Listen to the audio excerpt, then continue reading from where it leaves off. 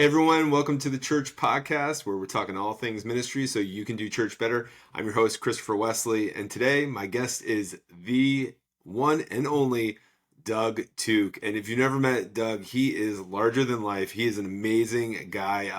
So much experience in the world of ministry, so much to talk about. And recently he's gotten himself into the world of Catholic schools. And so today we're going to spend some time talking about Catholic schools and how they work, how they should work, how they don't work. And oh man, it's going to be a really good conversation. As someone who has had a Catholic education and has sent his kids to Catholic school, I definitely have my own thoughts, and we would love to hear your thoughts, which you can definitely share with us at thechurchpodcast.org, or of course leave a review, especially a 5-star review on any of those platforms that you're listening to. And well, without further delay, just buckle your seats because Doug's going to take us on an adventure. Here we go, Doug Tooke. Okay.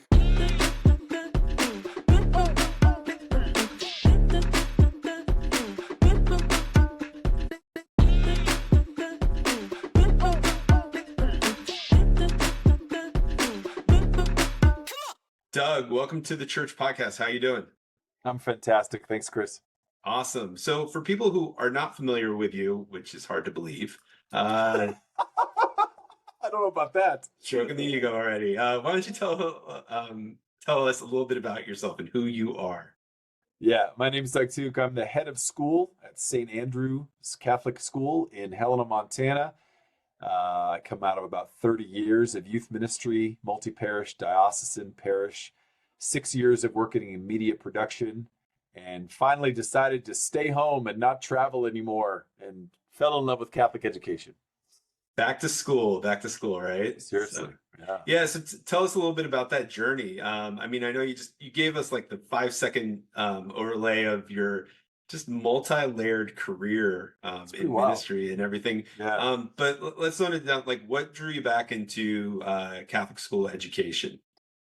Yeah, I worked with this school when I was a diocesan director in the area, and the leadership here was not impressive. And so I did not have a good impression of it. And just recently, they've had a real transition of leadership. Their board became very attractive. And man, when I transitioned out of media production and was like, I don't want to fly anymore every week, and the relationships there had kind of eroded, and it was time for a change, I did not want to work in a Catholic school. And then I met the board, and I was like, oh my gosh, if I was putting together a board, I would have put together those people in a room. So all of a sudden, the leadership was really attractive. And then I thought, I've done for a long time direct service work with young people, but it was always on the weekends or on Wednesday or whenever I created the gathering environment. And I just thought maybe it's time to really knuckle down on what it means to be every day immersed in a young person's life as an influencer in their formation and their academic prowess. And that got me kind of jacked up. I was like, that might be really challenging. I have a lot of respect for people who work in Catholic schools, but I also know that Catholic schools' reputation is not the best. And I thought, well, maybe I can take my experience and infuse it into that. And so the challenge was really attractive to me. And then I found myself saying yes, and that was it. So can we dive a little bit into that reputation? You're not institutionalized yet in the school, so I would say that you're not going to be as sensitive to maybe some of the but yeah, what are some of the stigmas that people? You hear Catholic school, and you're just like, there's. I'll speak for myself. There's that level of expectation of like, attentive learning in the Catholic realm. You think Aquinas, you think Ignatius, you think, all these great theologians. And then, no, it's just maybe either underachieving or overglorified private school. Absolutely. And it's hit and miss, right, Chris? I did a lot of speaking in the 90s and 2000s and got to travel to a lot of Catholic schools. And I mean, in the hundreds. Right. And I saw as many gross elite environments as I saw beautiful sacramental formative environments. I remember coming back from certain schools going, oh my gosh, I would move there just to bring my kids to that school. And I remember leaving schools like, why is it even called Catholic? This is insane. And I know that there's a lot of self-awareness in the Catholic school community too, where there's a sense of elitism. There's more Mercedes than Subarus in the parking lot. But the faith identity is really broken. And I've seen it, and I've seen what it does to culture. I also know that retention from Catholic school graduates is no better than it is from parish kids when it comes to like practicing the faith. The data is out there. So I was like, why is that? Like what is the way that we're inviting people into a deeper encounter in the Catholic school versus just in their parish life and whatnot? And I'm a public school guy. I mean, I came out of public school, and I thought, let me stick my head down that rabbit hole and kind of see how that can be tweaked. And that was part of the appeal of wanting to do it, was to make sure that religion and theology and all those elements of Christocentric learning were genuinely Christocentric, and making sure that the language of that was on the tongues of all my teachers. And I stumbled into a school where that was the case, where the Catholic identity wasn't what was in question.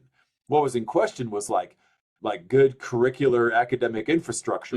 Well, I can work on that. But now it's an opportunity to just complement that formative element and make it as good as possible. And I love it. I love that part of it. Well, it's interesting you bring that up, right? Because that is the flip side. You do find these Catholic schools where the theology is rich, and I don't just mean as the class, right? Like, it's Catholic Christocentric right there to a T. But yeah, the admin and academic is kind of put by the wayside. Yeah. Well, like what outside of it maybe being easier to focus on one over the other, like what are some of the challenges to finding that? I hate to say perfect middle, but let's just use that perfect middle, of an effective school, effective education that doesn't abandon the Catholic faith.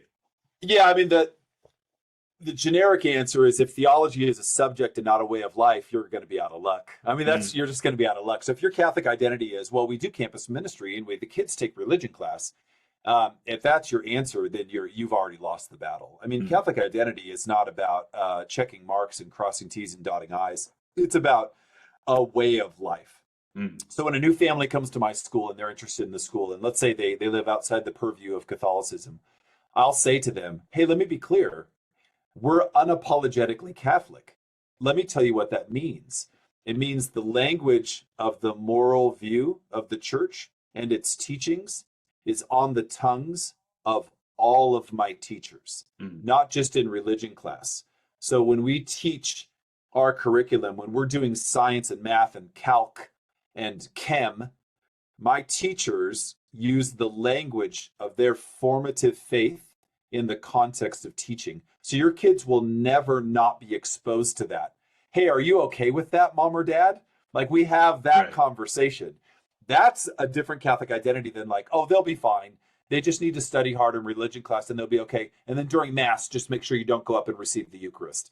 That's two very different things. So I think the medium is saying your Catholic identity is the verbiage, but it's also the way of life of your entire faculty, whether they're Catholic or not, that it's still the same vision for what the school is hoping to bring. We're about raising disciples, not getting kids into D1 schools. Yeah, so I would imagine first question is, okay, sounds great, sounds awesome. How do we get people on board? And obviously it's making the right hires, but even if you make the right hires, people who are, solid in their Catholic identity and willing to do that, what are the ways, especially in your position, do you train teachers, faculty up to do that? How do you bring parents along so that they don't get stuck in the pendulum of, theology without the academia or academia without theology? Yeah, tough one. I mean, obviously, it takes a pretty hands-on leadership to do that. So you and I both come out of youth ministry. So like, it's so fun.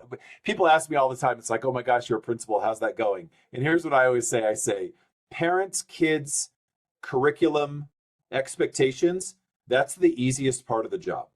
Because you and I both come out of youth ministry. We've been managing parents our entire careers, even when we were really young. Yeah. We were having awkward conversations with moms and dads, which for a lot of adults is what drives them away, or they're bad at it. So they always end up being standoffish and combative. For me, the job of youth ministry has always been to be collaborative with mom and dad. You're the primary educator of your child. I'm a complementary educator of your child. How can I complement the way that you're parenting? So when I came in as administrator and I could sit down with mom and dad and be like, hey, so here are the things I'm seeing about your kid. Here's what Mrs. So-and-so is doing to make this great for your kid. Here's what I'm doing. What are you doing? How can we do this together? That is a completely different mindset than, hey, your kid's got a D and you need to help them do this better. Yeah. Like it's just a completely different mindset. So just being collaborative as a parent is a huge win. The flip side is I'm not ever going to apologize for the school's Catholicism. Right. A lot of times leadership will say things like, we're Catholic, but there's no but. Like, it's like, this is who we are. This school is about Jesus Christ. Yeah. If you're a teacher and you're coming to me and you're uncomfortable with that, you're not going to work here. You're not going to work here. You're the art teacher who's disgruntled about the church, but you sure are good at art. I'm going to say to your face, this school's about Jesus Christ. And if that bothers you, I'm going to be like, we're going to have to make some hard decisions. And I don't think that's the case for most administrators. I think they're a little afraid of having that deeper conversation. And that's tough, man. It's tough. Yeah. So what would you say to your colleagues who are maybe reluctant to having those conversations? How can you coach or mentor them to be a little bit more bold in that sense? Yeah. We just finished mid-year reviews just like a week ago. And I have a teacher who definitely would be on that spectrum. And the exact language that I use is, I'm going to need to see you lean into this a little more. I mean, I use that language. I said, I need to see you lean. I didn't say turn the volume up to 11. I said, I need to see you lean. Like if your faith isn't the thing that's driving who you are as a man, I understand that. But it's not just about your faith. It's about the faith and the lens that we're teaching young people in this classical class. Right. And if you're not leaning into that and helping understand that, you're actually not teaching the curriculum. So you're actually not going to fit in here as a teacher. And that was hard for him to hear because he was hired because of his experience as a teacher. He wasn't hired because he was Catholic or because he understood how to teach in a classical school. And I'm over here saying, I need you to lean into Jesus a little bit, bud. Like, because if I'm not seeing that, we're not going to be good at what we do here as teachers. And I know it's going to be a struggle for him and it's going to be ongoing, but you know this as well as I do. Good HR is saying, here's a goal, meet the goal. And if you don't meet the goal, hey, you didn't meet the goal, and now we got to go another direction. And so that's what I set him up for. Is like, here's the goals, man. Meet these goals, and then we're going to be good to go. Let's go into next year and crush it. And we'll see what happens. I'm like laughing because I'm like, oh man, imagine if we had these standards in parish ministry as well as schools. Yeah, but Chris, you got to remember too, and this is fun, and your listeners need to know this. I'm at an independent school, and that's important for people to note, is because I operate with the blessing of the bishop, the ordinary. He looks at us and goes, you're doing it, capital C Catholic, I got you. That's not always the case. A lot of times independent schools are combative with their bishop or with the local ordinary or the local leadership. And they're like, oh, you're not a diocesan school. My bishop is like, hey man, we're not in a position to really add you as a diocesan school. Keep doing what you're doing. You're an accredited institution. But man, Chris, the freedom that gives me to just say, you're not doing it the way that you need to do it means I don't have to follow a bylaw that protects a teacher who denounces their Catholicism. I just simply don't have to. Well, so let's dust off that old diocesan hat you had and look at this from the perspective, right? Because you are an independent school, and there is, while you might not have the same resources or support, or it's more on your own, right? Like there is that freedom, but as a diocesan director, and I'm not sure how much you experienced this when you were in that position, but what are ways that dioceses can support schools in those same endeavors? And what are things that diocesan directors should know about that, or the superintendent of Catholic schools? Just now that you've been on both ends of the situation. That's a great question. Because I'm a big fan of both. I'm a big fan of both, like diocesan schools, independent schools. It's what's hard for Catholics to hear. And we know this from being in ministry, but what's hard for Catholics to hear is the infrastructure of canon law is premised on the idea that the ordinary is the manager of all things Catholic in an area. Right. And whether you want to call yourself independent or not, the value of the Catholicism that you're trying to procure or to promulgate within your school is determined by the bishop. Whether you like them or not has nothing. It doesn't matter. It doesn't matter. They get to say, "Hey, you're doing it." If I was a diocesan director and a school, and some parents wanted to start a school, the first thing I would say is, you need to align yourself with the mission of your ordinary. Like, if your bishop is like, I am all about scouting. I want more scouts. Boy Scouting is my priority. I assure you, you're going to have scouting in your school. Like, I get that's going to be a thing you do because that's their thing. My bishop is all about evangelization. When I started the job, he goes, well, you can do two things. He goes, you could continue to create some elite, weird fraternity of Catholics who like to pat each other on the back, or you can fling the doors of that school open and evangelize. And I responded and I go, the only way I know how to do this is to evangelize. So you can bet that we're going to be doing what you want to do. And he smiled. And then since then, the relationship has been capital C Catholic, Mass back on campus, and his undying support for us, because I look him in the eye and I say, our priority is your mission. If you want to be standoffish with your bishop, good luck. Good luck. Because it's never going to go well for you. It's never going to go well. Whether you're diocesan or not, it's never going to go well for you. Oh, that canon law. Oh, yeah, it's right in there. I'll tell you what, man. Yeah. Hey, one of the most interesting summer reads I ever had. I mean, my sisters make fun of me, but when I was doing my grad school studies, I took canon law over the summer. And on the beach, at my sister's beach house, I was reading canon law on the beach, and they're like, "You are such a nerd." It's like this is like some of the best reading I've ever done on a beach before. I'm like highlighting stuff and circling. My wife Kate, she was so embarrassed to be next to me, but it was a beautiful thing. But you know, that's Catholic geekiness at a whole other level. Yeah, that's when I knew that I went into a whole different level that I can never return from. But nonetheless, no, I appreciate that. I think that's important. Hey everyone, just wanted to take a moment to break and talk about one of our sponsors, and that sponsor is Sacrilegious. I mean, do you feel holy? Maybe you don't. Do you look good? Maybe you don't. Well, Sacrilegious is the perfect combination of helping you feel holier and definitely making you feel good with their incredible t-shirts and sweatshirts and all sorts of awesome swag. Not only do they have t-shirts and sweatshirts, they also got great mugs. They have stickers. They have things for babies. And you can get custom orders through their company, Four Marks Printing. In fact, check out CP Plus, for a little bit of a discount on that. But anyway, Sacrilegious, head to sacrilegious.com. Check out all the awesome gear that they have. Start looking good, start looking holier, and start feeling better about yourself. All right, enough of that. Back to the show. I want to kind of go back to what we're talking about in regards to the Catholic identity of schools, right? And Sure. When it comes to the different elements that are essential for education, right? So I mean, obviously, from a secular standpoint, math, English, all those kind of things. Stereotypically, people might look at Catholic school and like, well, you got to have mass, you got to have prayer at the beginning of the day, and Sure.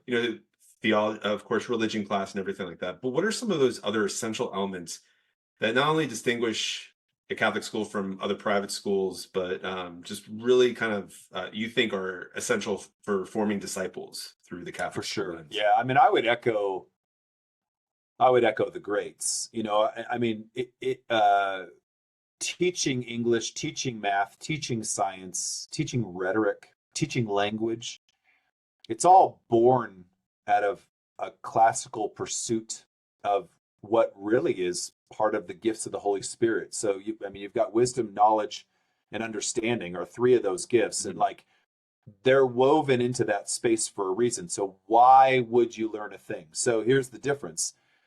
You go to school to provide the greatest good for the greatest number in the working world of America. That's a John Dewey definition. The classical definition is to better yourself as a human being for the purpose of the kingdom. That's a completely different conversation. So as a young man or woman engaging a Catholic school that, in my opinion, does that well, all those subject matters are to refine the man or woman as a contributor to culture, but also a witness to truth. So religion's not just a subject like we talked about before. It's the thing that forms the very wherewithal of our being. And mathematics and science and English and social studies and history and all these other things are the execution of that in the working world. Right. So the classical mindset is teach them how to think, not what to think. And we take that really, really seriously. Not all Catholic schools think that way. You know, a lot of times if the word prep is attached to a Catholic school, I can tell you right now that right away you know something about that school. And it might be exactly what you want for your family is. My child is going to be prepared for a collegiate experience that leads them to an occupational tract. Right.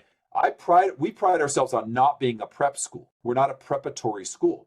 We pride ourselves on being a classical school because our mission is to make you a better disciple, because we firmly believe that thing makes you a better contributor to culture. And you can see that just that statement is a dramatically different thing.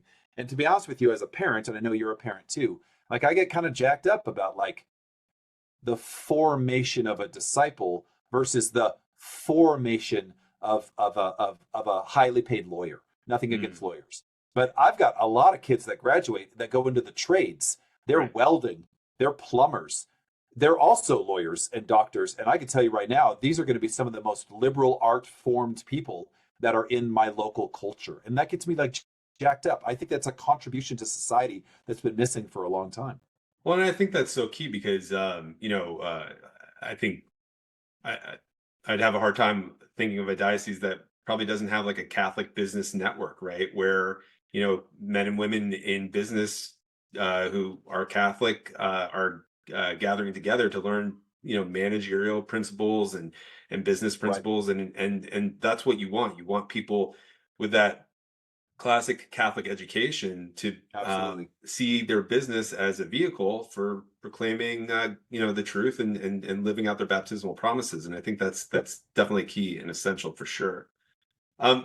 So we're going to jump into something that I think gets a little bit polarizing for especially youth ministers. And maybe I'm alone on this island. So, you can rescue me, Doug, on this. So I love the Catholic schools around me. Like they do such a great job of building community. But at the same time, the insecure part of me as a youth minister is also like, they're taking kids away and forming church within these schools, right? It's a great comment. Great comment. Basically, and I'm going to ask you to wear multiple hats from a youth ministry side and from a school side, or parish side and school side. What should the relationship between Catholic schools and Catholic parishes look like in working together, especially when you have, a school that impacts multiple parishes. And I know there's also, of course, the layer of parochial schools, and people can't assume that because it's a parochial school that there's harmony between the two as well. But 100%. What does that, what in your mind, and as you're learning, like what are you seeing as positives and things that schools and parishes can do to make sure that they're not robbing from one another or creating competing resources? I think the schools and parishes that have the best working relationships are the ones that have faculty that are deeply woven into parish life. I mean,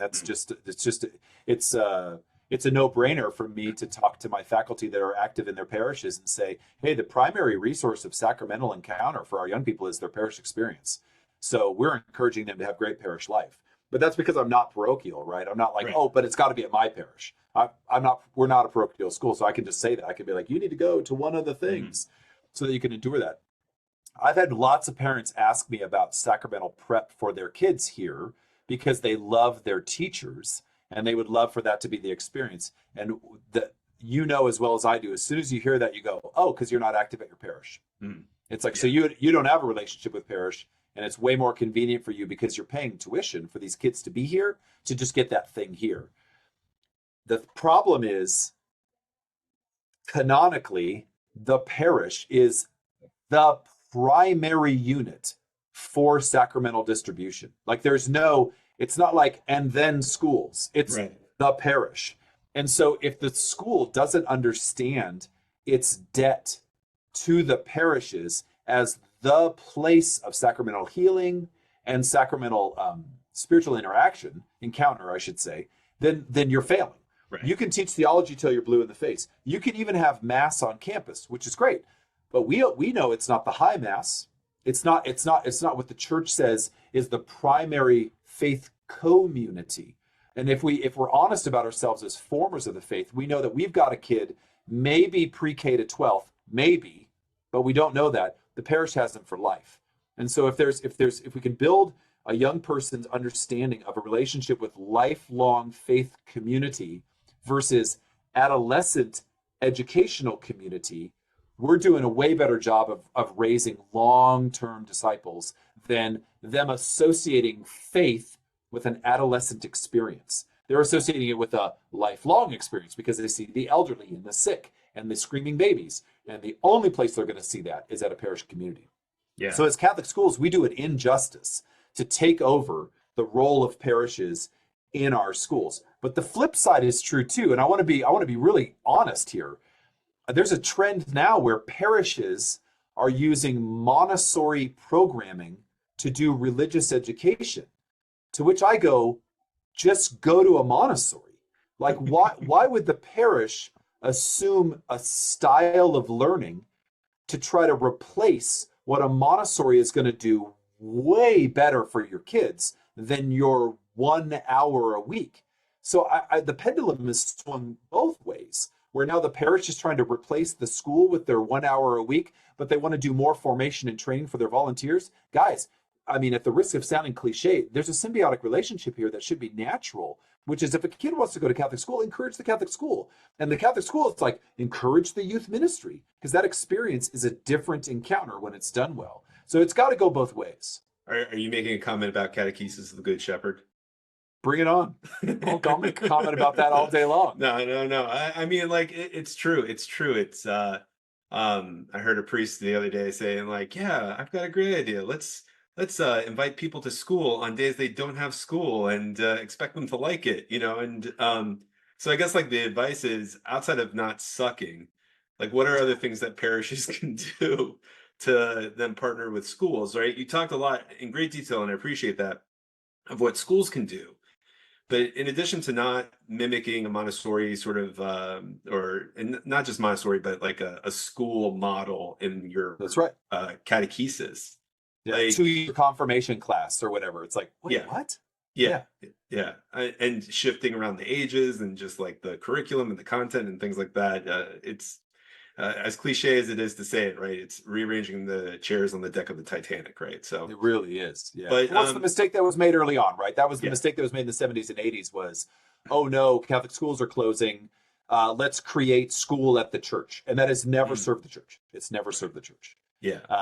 I mean, I think the answer to your question is that you and I both come out of this tradition is like youth ministry, the model of comprehensive youth ministry, the idea of it is the formation of the whole person led through the sacramental encounter. So when we use all these buzz terms like encounter and missionary discipleship and accompaniment and all that stuff, what that really is saying is here are the elders of the faith community who have lived a life of sacraments, sharing their experience with the adolescents of the faith community to say, this is a lifelong journey of growth and learning. And let's be very candid. Most Catholic parishes don't do that well because it's easier to try to quantify a school model in the parish, when in fact the parishes that do it well are bursting at the seams because young people and their parents and their little brothers and sisters are being formed through mentorship and good catechesis, as well as great spiritual development, through prayerful encounter and retreat and faith sharing and age-appropriate learning and activity and celebration and joyful witnessing from happy pastors who hire well-educated formers of the faith to walk with young people on their road to Emmaus. That's what the parishes can do, is like actually do youth ministry, not replicate school, but do it. And where a Catholic school is in no way, shape, or form present, that parish might need to respond a little differently in the way that it ramps up its catechesis, but it doesn't mean make it a school. I'm not convinced. I think the parish will fall short every single time. Also, I mean, let's just talk about what it means to be harmonious in discipleship. Draw people into the personal encounter and relationship with Christ and teach young people healthy spirituality that they can take with them through older adolescence, adulthood, and into parenthood. That's good youth ministry 101. We don't need to make it complicated. Well, and what you're saying, like one of the things that is going through my mind is the fact that I think sometimes a parish will adopt a scholastic model for their formation because as a way of trying to make Catholic school education available to the parishioners that can't afford it, right? Like, and you hear that a lot. Where again, that's a whole, as you're mentioned, as you're talking, right? That's a whole different Catholic school education is a whole different thing than religious education in a It really parish, is. and it should be. Yeah. And Yeah. if that's the problem in a diocese, then I would imagine that's what the diocese needs to figure out. How do we make Catholic school education more affordable to our parishioners? And that's probably a whole nother conversation for another time. It is, but you took the words out of my mouth. I was going to say, like, so it's about money. Yeah. Like, I mean, and that's actually an easier problem to solve than like it's about personnel and strategy. Like, you could be like, oh, well, why wouldn't we just underwrite what we consider to be good formative schools? But let's also be very honest there.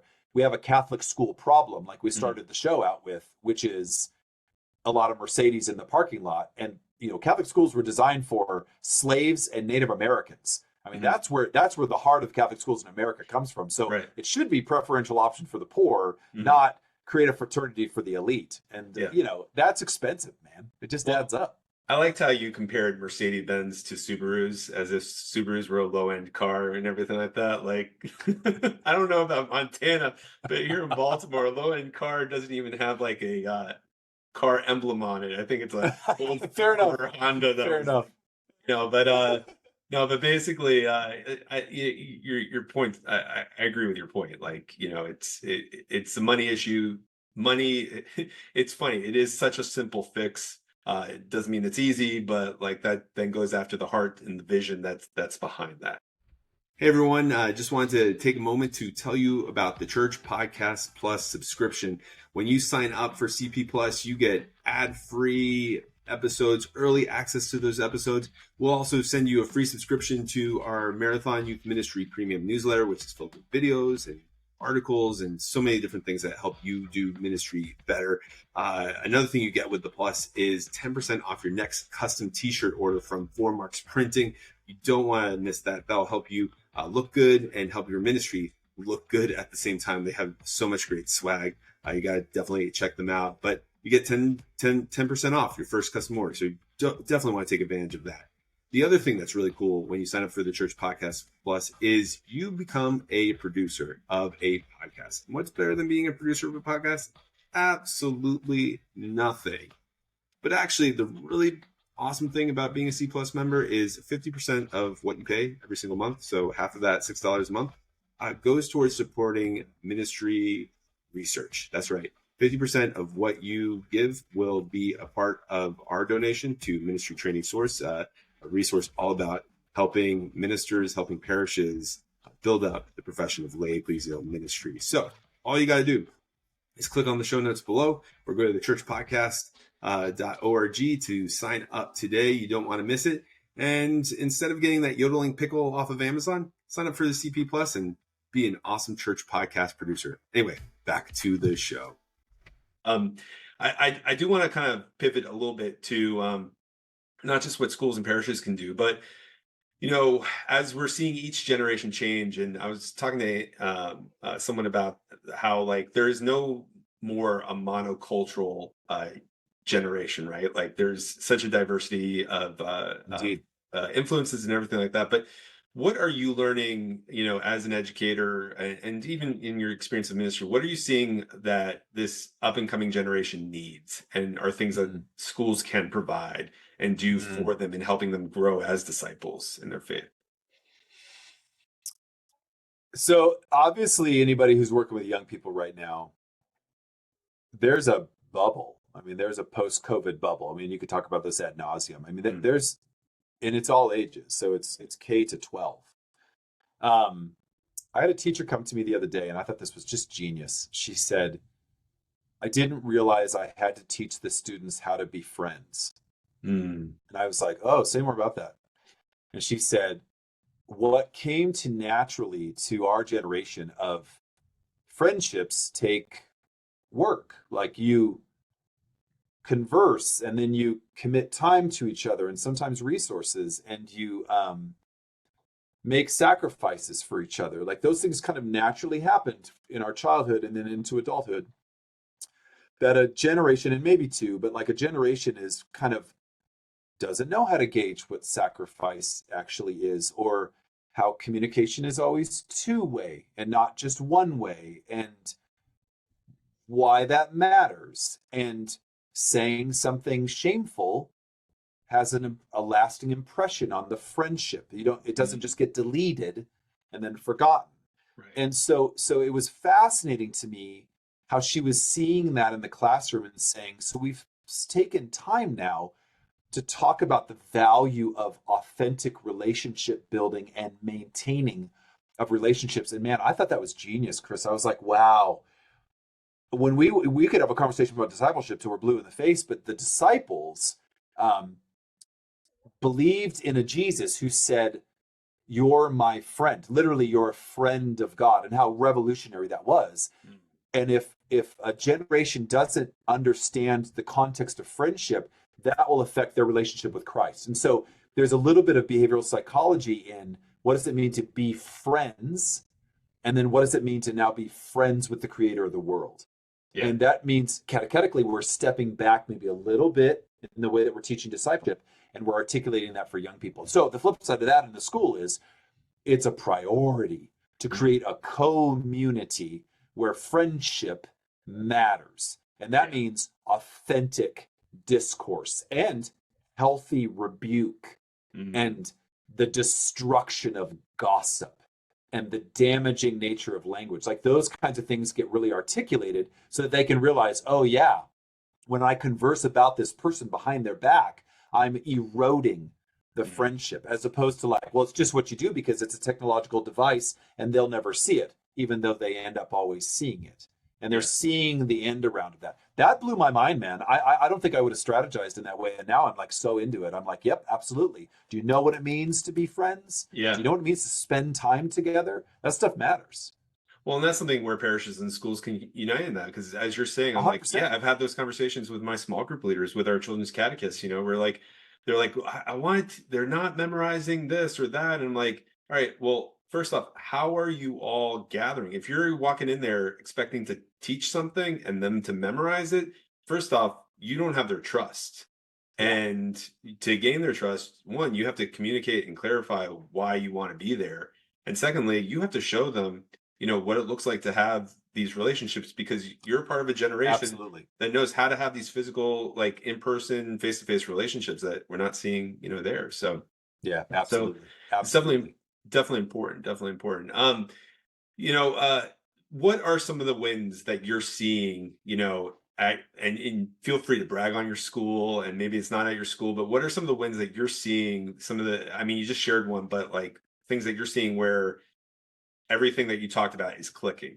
Catholic education is really forming disciples and moving there. I shot 35 interviews in December with my youth and the teachers to create these marketing assets. So I got like one-on-one, 2-camera, boom mic, like I got it all. And they all did 20 minutes of interviews with me. And I would ask them things like, what's your favorite class? And what do you like about this place? So I know, like, it's not me just making it up, but like they told me, I know that a win here is that they know that in their high school and middle school, the men and women that they're going to school with, they've got each other's back. Like they might not all be best friends, but they have a relationship that's honest and transparent. And they know they can go to their teachers for anything, not just help on math. As a young woman, being able to go to a female teacher who's going to be very candid and honest and transparent about their discipleship or other issues in an appropriate way, there's no standoff. There's no teacher that everybody goes, ugh. That doesn't exist. And quite frankly, it's because we don't let the teachers be that way. It's like it's all about falling in love It's about, I want you to fall in love with the young people. I literally use that language because it's ministry language. If I was working with volunteers in youth ministry, I'd be like, you're invited to a love affair. And I mean that in the most appropriate way possible. Like, I want you to love the young people so that they can trust you. So I know that that's here. Yeah. And come on, who teaches in a Catholic school? You're not in it for the money. I mean, like, you're obviously there for a reason. So let's play on that reason and celebrate it. And my teens see it. And then quite frankly, I know that my kids are falling in love with Jesus because I see it and I talk to them about it. And I know that that will stay with them. That tomorrow when they're 25, they will have had an experience. And this is those are the real cookies in youth ministry too. When you see a young person who gives themselves to Christ, you get to celebrate that. That's the good stuff, man. That's the stuff. Whether they do well on their ACTs or SATs or their CLTs, or they get into their first choice of college, I'll do everything I can for them. But if they fall in love with Jesus and it starts to steer them as a young woman or a young man, get out of the way, man. Get out of the way. That's the best thing you can ever do for a young person. Awesome. Doug, I could talk to you all day about this, but we're going to start wrapping up. And one of the things we do with all of our guests is I have a final 5 questions that I'd like to ask. So are you ready for this? Hit it. All right. I feel like I always have to start this question off with, in addition to prayer, because I don't like, not that prayer is not interesting, but in addition to prayer, what's one tangible tool or resource that has helped you be the most productive self? Silence. Finding silence. Yep. Awesome. Absolute silence. Awesome. Yep. That's really cool. What are you currently reading, watching, or listening to that everyone else needs to experience? I just read Multipliers. Okay. Yeah, it's I don't have my phone on. It's just an outrageous like leadership book. And read it so we can talk about it because it's so good because it's about like multiplying leadership, not suppressing it in the workplace. It's so good. Well, I'll make sure we have links in the show notes and for sure. But yeah, Multipliers. All right. I can't wait to hear this one. What is the worst ministry or leadership advice you've ever gotten from someone regarding the work that you do? Oh, it's not. When are you going to get a real job? Is probably the worst thing anyone ever said to me. But then, it's. I was at a training in service. I will not tell you which conference, but it's all about content, not quality. And so the whole workshop was really about like you only have a limited time with young people, so don't meet weekly where it gets lost. Just do 6-hour sessions on Sunday, so that you still get all the hours in for the month, but that they get a real learning experience. I went to that workshop and I almost vomited. It was just like, this is disgusting. Binging content sounds delicious. All right, so move on to question number 4. If you had one message for a new ecclesial ministry leader or, someone in education starting out in the field, what would it be? Double down on your prayer life. Double down on your personal spiritual formation and let your professional ecclesial ministry flow from that, not the other way around. So the first and foremost is a deep dive into you and Jesus and being formed, and then your ministry flows out of that. I love that. When I'm working with people who are starting in a new ministry position, that's one of the things I say is like, just make sure that your prayer life is set. It's a priority and it's not secondary or an afterthought. All right. Last question. Absolutely. What is your biggest hope for the church at this time? A Gen Z revolution that rebels against its millennial big brothers and sisters and says, I'd like to roll my sleeves up and go to work now.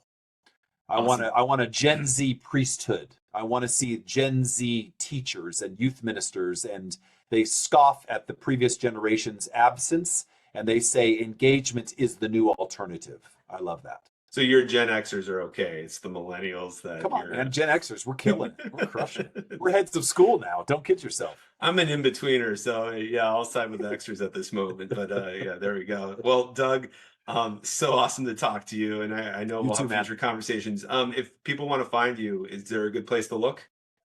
Just check out my school, man. standrewsschool.org. You just check it out, and if they want to follow up, let me know. I love everything about it. Well, and I'm sure they'll run into you at some of these conferences around the way because you are larger than life in a good way, and really appreciate you, Doug. And thank you so much for joining the show. My pleasure. My pleasure, sincerely. Awesome. Okay. This has been a production of Marathon Youth Ministry, the church podcast talking all things ministry, produced by Stephen Herrera and Be Well Creative. Music provided by Loco Joseph. No animals were hurt in the production of this podcast. Please be sure to tip your waiters. See you next time.